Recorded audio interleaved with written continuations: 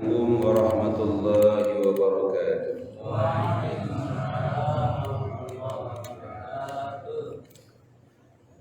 لصاحب هذا الكتاب ومن بعده من المشايخ شيخ الله لهم الفاتحة. أعوذ بالله من الشيطان الرجيم. بسم الله الرحمن الرحيم. الحمد لله رب العالمين الرحمن الرحيم مالك يوم الدين إياك نعبد وإياك نستعين اهدنا الصراط المستقيم صراط الذين أنعمت عليهم غير المغضوب عليهم ولا الضالين آمين.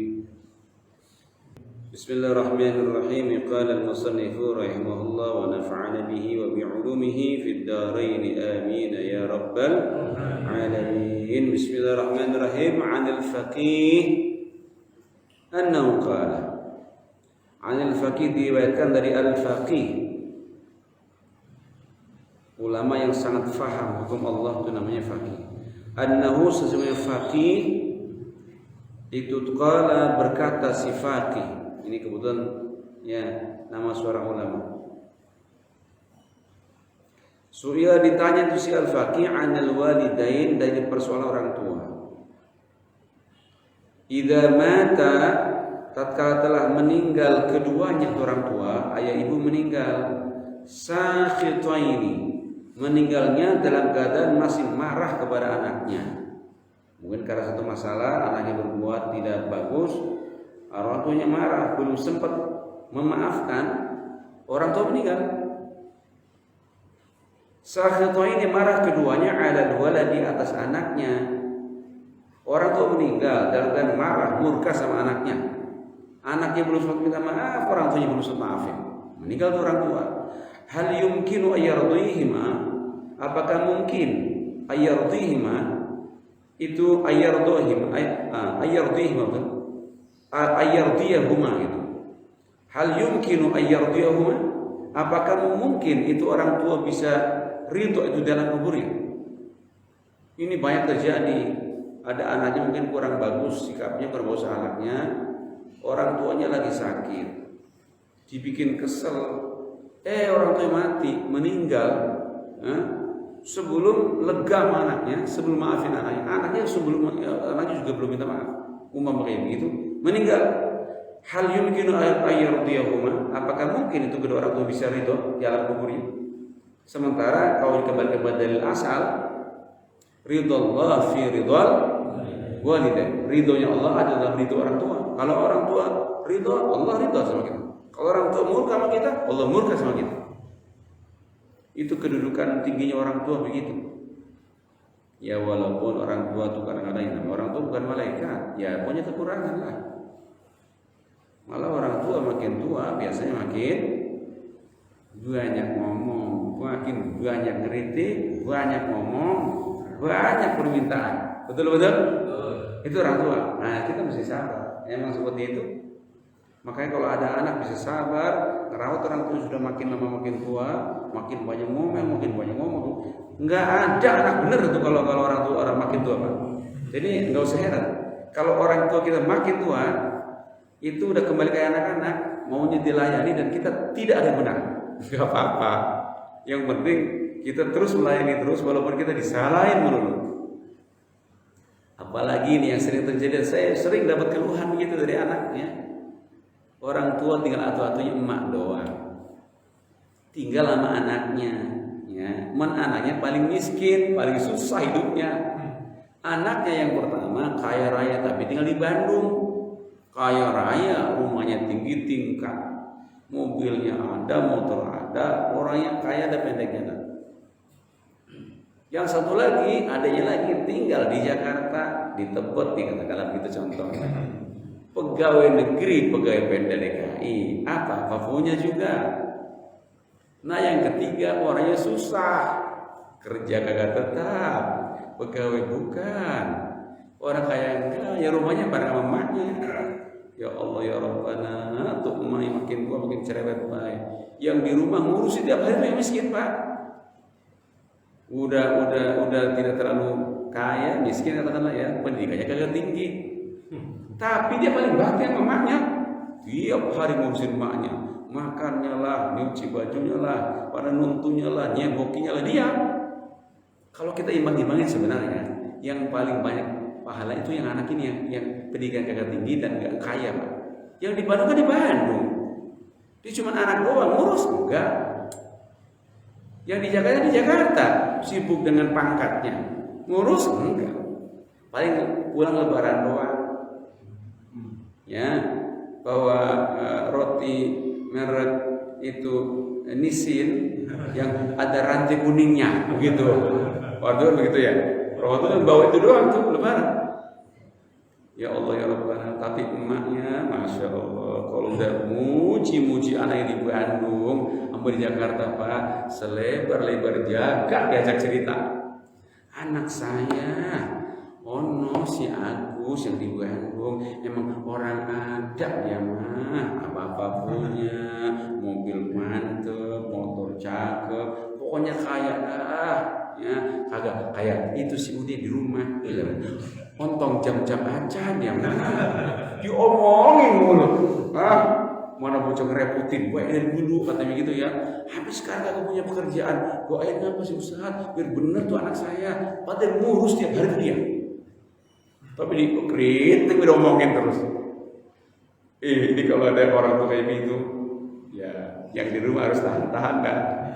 Ya harus tahan-tahan. Memang begitu orang tua kadang-kadang. Dia lupa Pak, bahwa yang ngurus itu dia yang miskin. Makanya anak jangan pinter semua katanya. Jadi salah satu harus bodoh, semua ngurusin kita. Ya enggak sih begitu ya. Tapi rata-rata Pak yang ngurus orang tua malah justru yang enggak pendidikan tinggi loh kadang-kadang. Betul-betul? Pendidikannya tinggi, enggak kaya-kaya amat, tapi dia ngurusnya malah. Yang pendidikannya tinggi sibuk dengan karirnya. Yang jadi orang hebat, kaya raya, sibuk dengan bisnis. Nah, ngurus orang tua. Yang repot lagi pulang kampung ketemu orang tua, kagak bawa apa-apa. Begitu kembali ke rumahnya, bawa segala petek, bawa segala apa dibawa. Bawa pisang, bawa beras. Ya Allah, durhaka tuh kalau saya itu orang begitu, anaknya begitu. Nengok setahun sekali. Apalagi corona 2 tahun gak ditengok, aduh ribet buat urusannya dah. Ya, benar. Kalau ada kasus orang tua meninggal dunia, anak yang sempat minta maaf, waktu meninggal orang tua lagi marah lagi. Apakah mungkin ada ridho dari orang tua setelah dalam kubur? Ba'da wafatihah, setelah kewafatannya? Dijawab oleh para ulama, qila, dikatakan atau dijawab, yumkinu bi thalathati asya. Mungkin bisa orang tuanya meninggal dalam keadaan murka sama anaknya, belum memaafkan pada anaknya belum bisa minta maaf. Bisa tuh anak dapat ridho orang tua setelah orang tua wafat sampai ke alam kubur. Caranya apa? Jadi asya, dengan 3 perkara, dengan 3 hal. Apa itu? Awwaluha, yang pertama, ayyakuna shalihan. Pertama, jadilah ya kau anak-anak saleh. Jadi kalau kita mungkin orang tua kita meninggal masih benci sama kita, masih marah sama kita karena mungkin kita alatnya nggak bagus ya, mungkin ngerepotin pulang orang tua segala macam lah. Orang tua belum begitu. Nah, kalau orang tua udah meninggal, tambahlah sifat solehnya. Jadilah anak yang soleh dan soleha. Ketika anak yang soleh dan soleha, ada kemungkinan nanti orang tua bisa meridhoi setelah sampai ke alam barzah. Karena berita kesalahan anaknya itu dibawa malaikat. Fulan bin fulan, bapak, ibu, anakmu ya saleh dan saleh di dunia. Sepeninggalmu anakmu berubah total. Yang tadi yang ngeselin sekarang sudah saleh dan saleh. Bahkan ibadahnya banyak sekarang. Inilah kirimannya, begitu. Karena anak yang beribadah tanpa niat untuk orang tuanya pun orang tuanya terkirim. Karena dia ada tuh karena orang tua. Makanya sangat rugi besar kalau jadi orang tua nggak pernah ngajarin agama dengan anaknya, rugi besar. Dan kalau anaknya dosa dia juga, nah dosanya di mana? Masya Allah. Tapi kalau kita punya anak-anak kita bakti kepada kita, ya kemudian anak kita mungkin punya keluarga saleh dan salehah, ya, dia ngurus anaknya dengan baik, menafkahi anaknya dengan baik, menafkahi istrinya dengan baik. Oh, setiap dia kasih duit untuk anaknya, balik anaknya nyantai, balik anaknya belajar, dapat pahala orang tuanya. Ya pendeknya kalau kita kepingin mencari itu orang tua udah meninggal, belum sempat cari ridhonya, maka setelah orang tua meninggal, jadilah anak yang saleh dan saleh. Nanti orang tuanya akan ridho. Wasani yang kedua, ayyasila qarabatahuma. Hendaklah tuh anak yang ditinggal menyambung tali silaturahim, tali persaudaraan kepada karib kerabatnya. Umumnya Pak, ini umumnya saya sampaikan. Memang rata-rata kembali orang yang nggak dalam ngajinya awal-awal. Jadi umumnya, misalnya ada suami istri broken home, cerai, ya. Misalnya orang tua kita cerai, maka anaknya kadang-kadang tinggal dekatnya sama siapa? Kalau anak yang ngerawat emaknya, biasanya emaknya jelek-jelekin bapaknya. Akibatnya anak nggak tahu lagi saudara dari bapaknya itu siapa-siapa.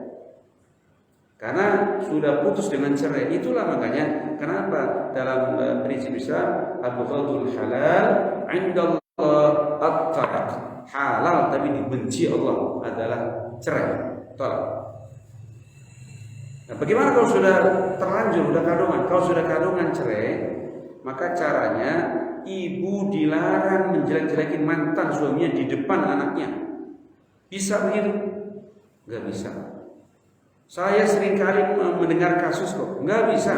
Wong anaknya masih akhir-akhirnya anti sama ayahnya. Karena jelek-jelekin mula emaknya, karena anaknya ikut emaknya. Ketika anaknya ikut bapaknya sering cerita tentang kejelekan emaknya, sehingga anak sudah nggak kenal lagi saudara emaknya. Putus total waktu itu. Itu yang kebanyakan begitu, dan itu adalah orang tua dosa semua itu dua-duanya. Kalau dia yang mau cerai, kenapa dulu berumah tangga? Kenapa dia gak tahan dengan konflik berumah tangganya? Ya Ustaz bisa ngomong begitu karena Ustaz gak ngalamin. Iya kan saya lagi tanya gitu. Kalaupun misalnya terjadi orang sejelek apapun suami kita, ibu mohon maaf, ada yang gak itu ibu ngaji? Nih, walaupun suaminya memang jelek, terus kemudian berakhir ibu jadi cerai, tapi kejelekan bapaknya tutup gitu loh. Misalnya anak ikut bapaknya, walaupun tahu yang berkhianat istrinya umpama, yang salah isinya dalam perceraian itu. Tapi Pak, kalau anak sudah ikut kita, tutup kejelekan emaknya.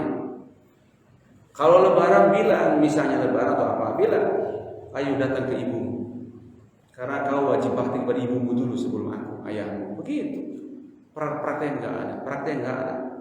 Masya Allah, tabarok. Jangankan cerai Pak, meninggal suaminya, meninggal istrinya, putus persaudaraan kadang-kadang. Karena anaknya jadi kasih tahu lagi, no saudaramu, no saudara emakmu almarhumah, no saudara bapakmu almarhum, misalnya meninggal suami atau istri. Enggak ada. Paling besar begini, tahunya begini. Paling tahunya hanya mamanya sama paling ya kakek neneknya lah gitu. Tapi kalau buyutnya ke atas, nggak tahu lagi. Saudara pamannya nggak tahu lagi. Memang gak dikenalin sama orang tuanya. Karena merasa sudah meninggal istrinya, selesai urusannya. Merasa sudah meninggal suaminya, selesai urusannya. Meninggal sudah salah satu meninggal, dianggapnya selesai. Apalagi kalau sudah anak yatim piatu, itu bocah nggak tahu lagi saudara emaknya mana, paman dari emaknya mana, engkong dari emaknya mana, paman dari ibunya mana, dari bapaknya mana, saudara bapaknya mana, saudara sambung, itu nggak tahu lagi. Yang salah siapa? Yang salah yang masih hidup. Entah itu orang tua dari pihak itu laki-laki, atau orang tua dari pihak perempuan, atau mertua dari pihak laki-laki, atau mertua dari perempuan. Itu yang salah semua. Malah karena dipampet urusannya. Gak usah diceritain saudara-saudara dia. Ayahnya nggak tanggung jawab, begitu. Salah juga. Gak usah diceritain, gak usah ditegas-tegasin saudara emaknya sudah meninggal. Selesai sampai di sini. Masya Allah, tuh kalau begitu ceritanya, ya jangan salahin siapa-siapa. Ada manusia di akhirat merasa ibadahnya ada, sholatnya iya, sembahyangnya iya, puasanya iya ya. Dan ketika sampai ke akhirat, kenapa nggak ada catatan ke surga dia? Karena catatannya adalah orang tuamu didurhakai. Padahal dia nggak merasa durhaka orang tua. Berarti mungkin ketika hidup orang tuanya nggak ridho sama tuh anak. Anaknya nggak nyambung dengan saudaranya, habis sudah. Itu pentingnya, Pak. Wa astiqaihima, bahkan teman-teman dari ayahnya perlu dikenalin, teman-teman dari ibunya perlu dikenalin. Kita orang tua kita udah meninggal, siapa teman akrab ayahnya, siapa teman akrab ibunya, itu perlu diakrabi. Tapi lagi-lagi sudah tidak ada orang begitu mas sekarang. Jadi misalnya orang tua kita udah meninggal, dia punya teman akrab banget dulu dagang sama-sama misalnya. Suatu ketika kita sampai di rumahnya, Assalamualaikum warahmatullahi wabarakatuh. Dia tanya, Anda siapa? Saya anaknya misalnya ya. Saya anaknya Pak Sodik. Pak Sodik itu ayah kandung saya. Dalam catatan hidup ayah saya, katanya punya teman namanya Pak Abdullah, bapak kan dulu teman dagang. Wah, kiranya kayak apa tuh Pak? Orang yang datang, alhamdulillah kamu anaknya saya. Dulu ayahmu itu teman akrab saya, girang dia. Girangnya itu dia teman ayah masih hidup, buat girang juga ayahnya yang ada di alam kubur. Tapi kayaknya nggak ada dah. Yang kayak begini jarang banget, jarang sekali. Makanya kenapa biasanya ini para sahabat-sahabat tadi, para ulama-ulama kalau meninggal dunia, sebelum meninggal dia sering cerita tentang temannya. Oh, bapakmu ini dulu dagang tembakau, dulu bapakmu ini sopir, dulu bapakmu itu kuli, dulu bapakmu ini mandor, segala macam. Dulu bapakmu punya teman, ya tinggal di orangnya baik, begini. Setelah ayah kita meninggal, kita datangi itu orang yang disebut ayah kita, alam kuburnya terang. Apalagi saudaranya. Orang sekarang jangan teman bapaknya, teman emaknya, saudara dari emaknya nggak kenal, saudara dari bapaknya nggak kenal orang sekarang. Itu yang kita bilang sebut mati obor. Maka itu pentingnya orang ulama kita sering ngajarin kalau lebaran ada syawalan ya, kumpul satu bani. Saya kalau lebaran itu saya kan jarang lebaran langsung pulang kampung kan jarang. Habis khutbah baru kampung. Kemudian seminggu kemudian saya pulang lagi kemari. Itu banyak orang-orang Betawi, orang Kuningan, orang Grogol ya, orang-orang di Jakarta sono yang ngumpulin satu bani gitu. Kemudian silaturahim untuk dalam rangka mengenalkan anaknya. Ini loh saudara bapakmu, ini loh teman bapakmu. Ini loh saudara ibumu, dikenalin. Tapi orang sekarang kadang bocah sekarang ya, dia acak-acak itu juga bocah sekarang. Game baik urusan. Emang saudaranya game apa kan gitu? Game mulu. Jadi karena anak kita gak kenal, saudara ayahnya aja gak kenal. Ya, apalagi sampai anak dari saudara ayahnya udah gak kenal lagi dah. Ya, itu pentingnya kita ajak-ajak anak-anak kita untuk acara-acara keluarga, itu penting. Jadi kalau ada anak yang menyambung tali persaudaraan karib kerabat ibu dan ayah kita sudah meninggal, atau bahkan teman-temannya kok masih disambung tali persaudaraan terus, oh ini dia luar biasa. Ada orang dulu waktu zaman tua, orang tuanya zaman masih hidup, itu kalau lebaran nyumbang ngasih sono ngasih sini, sedekah sono sedekah sini. Kok anaknya masih setelah orang tua meninggal anaknya terusin? Itu biasanya suka dibagi sama ayah, dibagi lagi sama dia. Luar biasa tuh ayahnya, gembiranya, luar biasa gembiranya emaknya. Itu yang menyebabkan walaupun dia waktu meninggal dunia dalam keadaan murka, belum sempat maafin anaknya belum minta maaf. Tapi kalau anaknya begitu, bisa jadi ketika dalam kubur karena terkirim banyak cahaya, banyak pahala, karena perbuatan anaknya seperti itu, dia memaafkan. Nah, emak maafin dah. Walaupun emak belum sempat memaafkan waktu emak hidup, walaupun kamu belum sempat datang minta maaf kepada emak, tapi emak hari ini sudah nyaman di akhirat sebab pekerjaanmu, amalmu di dunia. Emak maafin semuanya. Bisa begitu. Wasalih, yang ketiga, agar emak bapak kita bisa memaafkan kita walaupun sudah terlanjur meninggal, kita meminta maaf. Ayastaghfir lahuma, hendaklah memintakan ampun lahuma untuk kedua orang tua kita sudah meninggal dunia, wa yad'u lahuma, dan mendoakan keduanya, wa yatasaddaqu lahuma, dan bersedekah atas nama orang tua. Sedekah ke orang tua, kalau kita sedekah ke orang tua berarti kita nggak punya pahala. Punya. Allah tuh maha murah. Kalau orang sedekah, dia samakan saya sedekah paling ke orang tua kami. Bukan kita nggak punya sedekah, punya pahala. Kita punya pahala sedekah tanpa dikurang. Orang tua juga dapat pahala sedekah tanpa dikurang. Tapi kalau diniatkan sama nggak diniatkan beda. Kalau nggak diniatkan orang tua dapat pahalanya. Tapi kalau diniatkan dapat pahala utuh. Menyadari orang tua kita dulu kaya umpama, orangnya ada tapi orang zaman dulu anaknya 9, 1 juga nggak diakekain. Padahal tanahnya ngablak-ngablak orang zaman dulu, kambingnya banyak, kebunnya banyak. Tapi Pak, orang zaman dulu rata-rata nggak ada akikah untuk anaknya. Jangan akikah anaknya Pak, jangan akikah anaknya. Punya pisang mantep-mantep, cakep-cakep, panjang-panjang, halus, cayu-ayu tuh bisa. Yang sisiran cakep-cakep dijual buat anaknya yang udah bertiti paling bawah dan melengkung gitu buat anak. Ayamnya banyak, bebeknya banyak. Pernah anaknya makan apa daging ayam? Jarang. Baru makan ayam kalau ada 2 alasan, anaknya sakit atau ayamnya yang sakit, baru dipotong. Kalau zaman dulu saya ngalamin masa kecil begitu. Ya padahal kalau kita lihat apa ada. Makanya bersyukur jadi anak sekarang. Udah tiap hari makan ikan, tiap hari makan daging. Lu zaman dulu, boro-boro.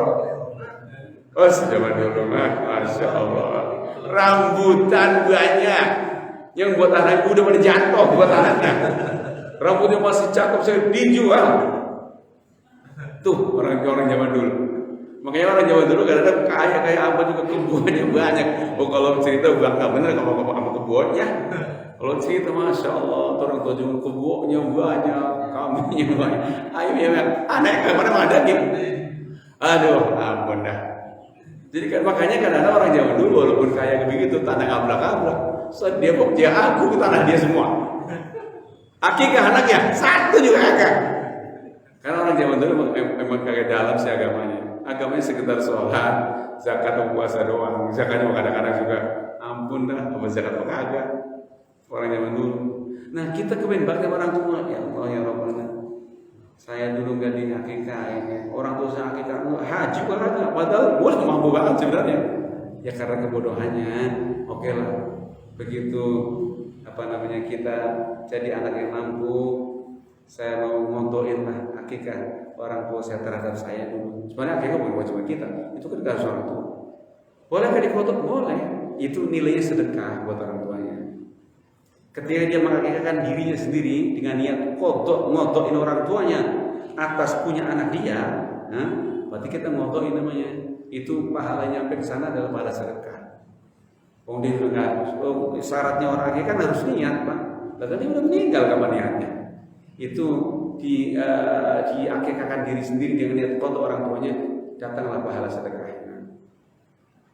Ketika kita mampu membadalkan haji orang tua kita yang dulu sudah mampu, kalau nggak mampu jangan dipaksain. Kalau orang mampu kan memang nggak wajib.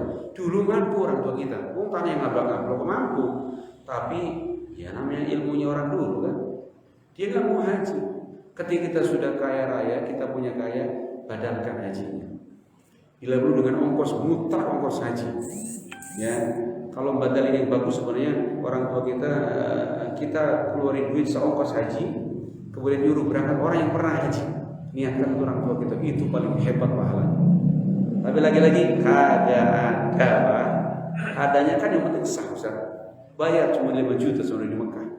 Ngomong sama tayunya, Pak, tolong badalin haji orang tua saya. Orang tua saya dulu kaya tapi nggak sempat haji. Badalin, ya kalau badal di Mekah Pak cuma 5 juta. Itu namanya haji ruh, bukan haji jasad. Ya pahala haji nyampe, tapi Pak kewajiban dia telah meninggal haji nggak bisa tuntas Pak. Karena kalau dia dulu mampu kan mesti berangkat sampai jasadnya. Apakah 5 juta kira-kira bisa sampai jasadnya berangkat?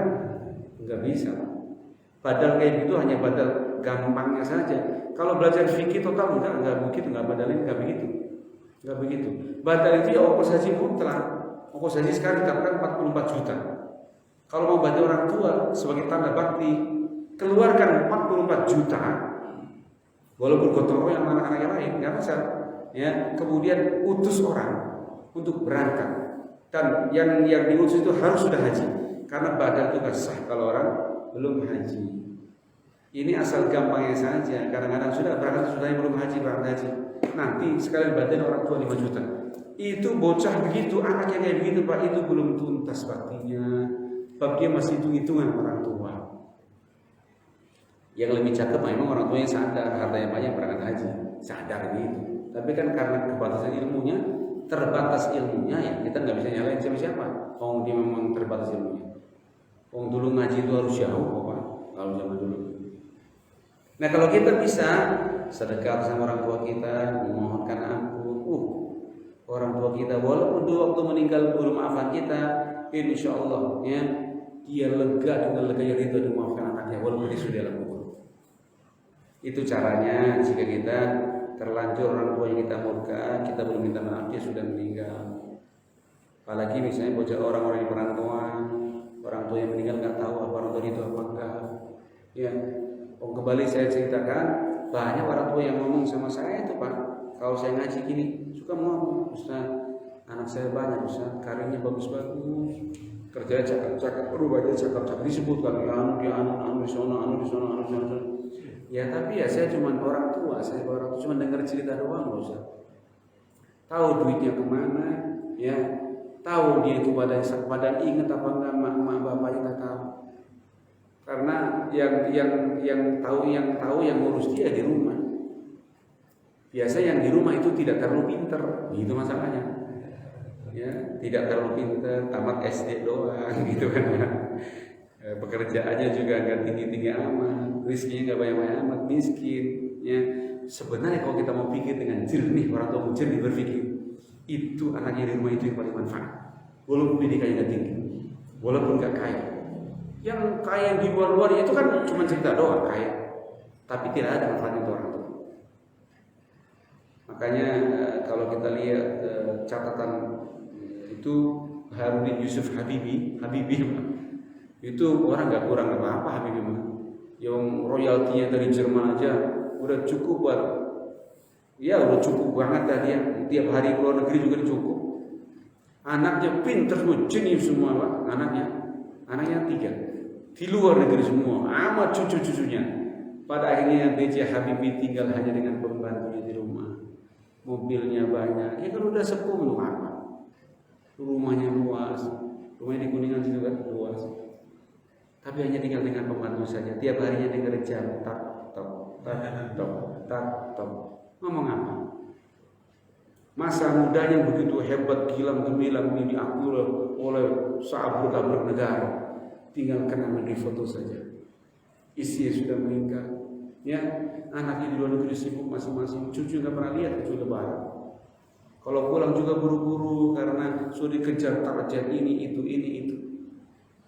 Hidupnya hanya dengan pembantu. Masya Allah, tabarakallah. Menangis di masa tuanya. Makanya beliau merindukan kematian. Ya, kapan saya punya alamat katanya. Karena kalau ditanya Ibu Ainun Habibie di mana sekarang? Ada di Kalibata, ya blok sekian nomor sekian. Saya sudah ada alamatnya di Kalibata blok sekian nomor sekian di samping istri saya. Karena satu-satunya ternyata teman saya hidup hanya istri saja. Anak sudah kemana Pak? Dia sibuk negari. Walaupun saya ridho, tapi di masa tua saya sepi. Kalian luar negeri semua. Cucunya dia jarang melihat, hanya pulang mungkin setahun sekali. Itu pun belum tentu. Istrinya satu-satunya teman dia ibadah, teman dia hidup sudah meninggal. Sekarang temannya adalah orang yang bukan saudara, bukan siapa-siapa, pembantunya saja. Yang hanya melayani kalau dia punya kebutuhan fisik saja, melayani minumnya, makannya, ya, bajunya. Tapi kan pelayanan batin tidak ada. Pelayanan kasih sayang sebagai seorang anak, iya enggak bukan anak. Pelayanan sebagai seorang iya enggak ada, bukan saudara. Itu kan orang bekerja. Masya Allah, tabarakallah. Apa iya masa tua kita begitu? Nauzubillah min. Malah ada orang masa tua yang terlunta-lunta. Anaknya kalau mau ke sana lempar ke sana. Masya Allah. Dia tidak sadar dia ada dari sebab siapa. Jauh lebih menyedihkan lagi, kemarin saya ceritakan, sudah tua orang tua yang dilempar, dititipin ke panti jompo. Masya Allah, tabarakallah. Kayak apa itu? Makanya Sayyidina Ali pernah mengajar kepada kita, ya, mintalah kepada Allah umur, ya, panjang tapi buat ibadah. Tapi jangan berdoa, ya Allah, panjangkan usiaku sepanjang-panjangnya. Jangan gitu doa. Ntar Pak RT udah mati, kita masih hidup. Mana repot lagi ya? Pak RW sudah mati, kita masih hidup. Tetangga kita udah mati, kita masih hidup. Malah sengsara gitu. Kita mintanya pokoknya, ya, minta usia panjang buat ibadah. Itu mintanya. Dan kita minta supaya mati jangan ngerepotin anak cucu. Gitu. Kira-kira habis ngaji, puyeng-puyeng dikit, ya, terus mati. Begitu mintanya. Jangan sampai kemudian kita sampai terbalik. Kalau kata Ki Ma'mur sampai ngentak-ngentak di balai tahun-tahun, naudzubillah min dzalik, ya Allah. Karena anak bisa ikhlas, bisa gak ikhlas banget kita nanti. Ya Allah, ya Rabbal. Banyak anak yang ngeluh gitu, ya Allah, Ustaz. Orang tua sudah gak bisa ngapa-ngapa, Ustaz. Kemana-mana mesti harus kita yang repot. Doain apa, Ustaz? Itu doain apa maksudnya? Coba. Padahal anak sakit, orang tua pasti ngarepin sembuhnya. Ya Allah, kapan anak saya sembuh ini, ya Allah? Kapan sembuh, ya Allah? Bila perlu orang tua akan ngomong dalam hatinya, yang sakit saya aja, ya Allah, jangan anak saya. Orang tua. Ketika orang tua sakit, anak ada ngertinya. Allah karim. Itu yang disebut kalau cinta orang tuanya itu sepanjang jalan. Cinta anak orang tua hanya sepenggal saja. Apalagi kalau sudah anak sudah berkarir gitu kan. Waduh, orang tua sakit karena enggak tahu. Bahkan kadang enggak mau tahu. Enggak mau tahu kan. Malah ada orang minta doanya nanti besar. Orang tua saya sakit banget kerjaannya. Lah kerjaan sakit gimana? Kerjaan sakit itu bukan kerjaan, Pak. Sakit itu bukan kerjaan. Sakit itu musibah. Doain, rawat. Karena dia mungkin kali kurang-kurangan kata-kata yang gak dipikir dulu, pokoknya begitu. Orang tua saya misalnya kerjaan sakit mulu, kerjaan sakit. Itu bocah durhaka tuh kalau begitu. Kerjaan sakit gimana? Oke. Bab orang tua habis. Ya. Kembali setelah orang tua kita bisa balik orang tua dengan bagus, dengan saudara itu udah cakep. Berikutnya bismillahirrahmanirrahim. An Anas bin Malik, dari Anas bin Malik radhiyallahu anhu, anna Nabi sallallahu alaihi wasallam, sesungguhnya Nabi sallallahu alaihi wasallam qala, bersabda Nabi, la yastaqim imanul abdi, tidaklah lurus iman seseorang hamba, kata Imam bin Malik, hatta yastaqim qalbahu, sehingga lurus dia punya hati. Orang tidak akan lurus imannya kalau dia tidak punya hati yang lurus, gitu. Wala yastaqim qalbahu, dan tidak akan lurus, ya, apa qalbu, hatinya itu orang, hatta yastaqimu lisanahu, sehingga luruslah itu lisannya.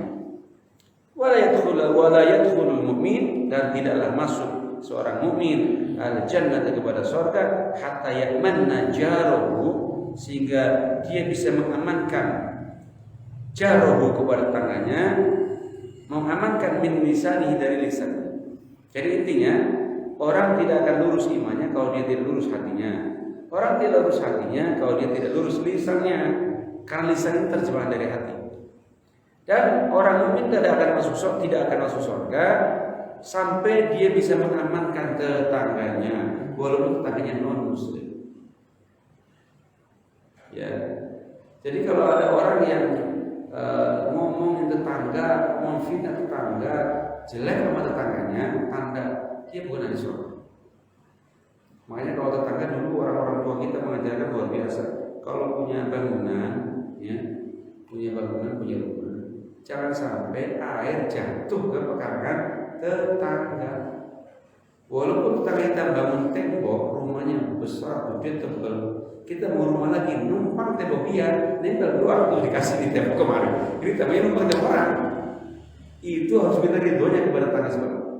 Kalau enggak, berarti dia gosok. Karena itu tembok milik tetangga. Tuh. Makanya kita amannya kalau buat rumah, walaupun rumah tetangga itu mepet di perkara kita, temboknya tebal, jangan numpang tembok tetangga. Kita buat tembok sendiri, Pak. Buat tembok sendiri, nempel sama dia, baru kita bangun rumah kemarin. Ini enggak. Ada orang pagar numpang tembok rumah tetangga. Bangun rumah, apalagi ini rumah tetangga. Dia pun cuma bangun di sini doang. Ini tembok orang. Yang kayak begitu, kalau dia tidak benar itu tetangga yang ditumpangin temboknya itu tidak halal dia punya. Apalagi udah numpang tembok tetangga, buat apa? Buat bak air. Apa tetangga? Bak air bocor itu tetangga. Tetangga ikhlas, walaupun dia tidak tahu, kalau nggak tahu tetangga nyimpan ketidakikhlasannya, dia nggak tahu kalau itu airnya bocor, karena ngomong, tetap dia kena dosa, walaupun dia sadar. Kecuali begini, ini tembok tetangga, kita sudah bangun tembok lagi buat kita terus bangun rumah, ini temboknya kita sendiri, bangun kolam, ya, kok bocor, kita nggak tahu nggak dosa, om kita sudah punya tembok sendiri, nggak dosa. Kalau dia nggak bilang, tapi kalau bocor dari kita persis, tetangga baru ngomong, Pak, kayaknya bocor sampai ke saya. Wah, kita harus langsung meneliti. Kalau enggak, dosa kita setiap hari kita berdosa. Itu berbahayanya kalau kita bertetangga. Maka rumah yang bagus sebenarnya nggak nempel, itu dikasih jarak supaya tahu bocor apa dikasih jarak. Tapi kalau tanahnya luas, sekarang tanah segitu-gitu, ya habisin total, tempel dengan apa? Orang di perumahan tempel semua tuh ya. Tapi punya tembok sendiri, itu bagus. Terlebih kalau kita rumah kita tinggal di atas ada kolam renang, di atas ada kolam air, ada bak air minimal. Coba sesekali tanya sama tetangga. Maaf Pak, saya di atas itu ada kolam yang kebetulan kolam renangnya atau mungkin bak airnya itu nempel ke tembok sebelah rumah. Berarti kan nempel dengan bapak tetangga saya. Ada nggak bocor-bocornya? Ada nggak itu rembes-rembesnya? Kalau ada, saya akan pindahkan kolam saya, begitu. Atau minimal saya akan perbaiki kolam saya, begitu. Ini kadang nggak ada urusan begitu. Aduh, masya Allah. Kadang-kadang tetangga bangun ini bangun itu, kalau dia mungkin punya duit, tetangganya kena rembesannya, tetangganya kena gitu. Agak dipikir itu dosa yang terasa. Nah, kalau ada orang bisa mengamankan tetangga dari lisan minimal. Apalagi yang dari saya cerita itu sudah orang baik. Bentar lah kalau masih mikir begitu, saya harus bangun tembok berikutnya, saya harus bangun ini. Itu betul orang tetangga baik benar. Ya kalau tetangga yang baik begitu, tanda dia ahli surga. Makanya terkadang yang bertetangga kan gampang susah. Terkadang ada tetangga yang baik, ada yang tidak baik, ada yang betul, ada yang tidak betul. Ada kalau tahu, ada kalau tahu bisa parkir sembarangan, mengganggu tetangga, ya. Taktek sembarangan malam-malam. Kan ada tuh orang ya, itu bangun taktek malam-malam, tetangganya ganggu, dia nggak pernah minta maaf, nggak pernah minta halal. Ya, kadang-kadang saluran airnya lewat di depan kita, ya, mana baunya jengkol, penampungan, gitu. Itu kadang-kadang itu kan mengganggu ini. Itulah perlunya ada silaturahmi antar tetangga, halal bihalal tetangga. Makanya, ya. Termasuk air yang lewat. Maaf, kita punya air kita pembuangan. Ya kalau ngejas sendiri di pekarangan sendiri di gali lalu air yang ke situ ya saya nggak masalah. Tapi kalau air banyak rumah, air bisa dibuang lewat tetangga, izin harusnya. Memang harus izin. Karena lewat area orang. Itulah problem perumahan di mana-mana. Kadang-kadang sulit membuang air. Padahal kadang-kadang dia bisa tembus ke sana, tapi nggak mau biaya, itu jadi masalah. Di daerah perkotaan itu banyak problem urusan air, buangan air. Malah ada orang yang got dibuang ke depan, tapi melalui rumah tetangga, nggak izin. Selama-lama itu gosok namanya. Karena melalui tanah orang. Makanya kalau kita menggali air walaupun di bawah rumah orang, ya, atau di bawah tanah orang, mesti izin sebenarnya. Kalau nggak izin, ya dosa semua yang pakai. Karena itu menyangkut hak tetangga. Tetapi kalau kita jadi tetangga yang baik, dia kesulitan buang air, kalau kita memfasilitasi, maka selama air itu jalan jadi jariah begitu. Ya jangan belit-belit amat, jadi jariah. Ya. Kalau kita punya rumah, maaf, beribu maaf. Kalau kita punya rumah jalannya sempit, jangan di depan rumah dikasih pot. Jalan sudah sempit dikasih pot, orang nggak bisa lewat. Mana potnya gede lagi, ya nggak bisa lewat tuh orang. Ya kalau tanah dia silakan saja. Itu pun kalau mepet-mepet kayaknya kurang bagus deh. Ya, banyak orang ngeluh seperti itu Pak. Ngeluh, tapi ngeluh sama siapa?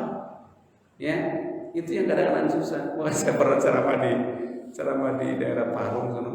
Lurahnya saklek banget lurahnya. Lurahnya punya mobil gede Pak, punya Fortuner. Kalau pulang susah. Musim kembang, banyak orang usaha kembang ditaruh depan rumahnya. Dijual ditaruhnya. Ganggu jalan tuh lurah marah-marah. Lurah marah-marah ngomong sama saya. Ustaz, kalau saya marah kayak gini bener apa enggak? Saya bilang, itu tanah siapa? Jalan ngomong Ustaz. Tapi dikasih pot semua. Wah, akhirnya lurah marah-marah. Akhirnya ya jadilah suudon lah warga dan lurahnya, warganya. Memang rada susah. Ini kita punya problem juga ini apa namanya di Salur jalan sebelah sana tuh, Haji Ojek ke sana. Itu ada mobil ditaruh di pinggir jalan seenak perutnya aja begitu. Saya sudah ngomong berapa kali. Dan ketika saya ngomong itu dibenarkan sama orang-orang di situ. Memang saya kalau pulang susah kok Ustaz. Terhalang mobil ini. Orang kalau nggak punya garasi jangan punya mobil ngapa sih? Kalau nggak punya garasi mau punya mobil ya nyewa garasi apa sih? Nyewa tanah. Itu konsekuensi. Ditaruh sembarangan. Saya tanya Pak RT sudah ditegur Pak Ustaz. Tapi nggak pernah ada perubahan. Kalau nggak ada perubahan, kasih surat besok. Jika kali ada perubahan, ya kita datangi saja rumah. Begitu. Ada banyak orang seperti itu. Ya, masya Allah, tabarakallah. Ya itu hanya sekedar hak kita yang dituntut Rasulullah. Jangan sampai orang tetangga kita sakiti dengan lisan. Lisan aja nggak boleh Pak. Apalagi dengan diganggu jalannya. Diganggu hak-haknya, apalagi itu orang bukan ahli surga. Maka mari sama-sama kita berusaha sekuat tenaga untuk menjadi tetangga yang baik, ya, memperlakukan tetangga dengan baik. Ya. Terima kasih, semoga ini menjadi nasihat buat kita semua termasuk saya. Ramadan ini kita tinggal, insya Allah ngaji ini selesai hari Lebaran ya, Rabu ya. Rabu kita selesai hari Selasa. Boleh barang itu? Ya, Selasa selesai. Rabu mungkin dulu belanja apa namanya daging dari subuh belanja. Jadi kita Rabu udah mesti ngaji. Selasa kita terakhir dan kita mulai tinggal lusa malam ya sama satu kali tanggal 29. Terima kasih. Subhanakallahumma wa bihamdika asyhadu an la ilaha illa anta astaghfiruka wa atubu ilaik. Wassalamualaikum warahmatullahi wabarakatuh.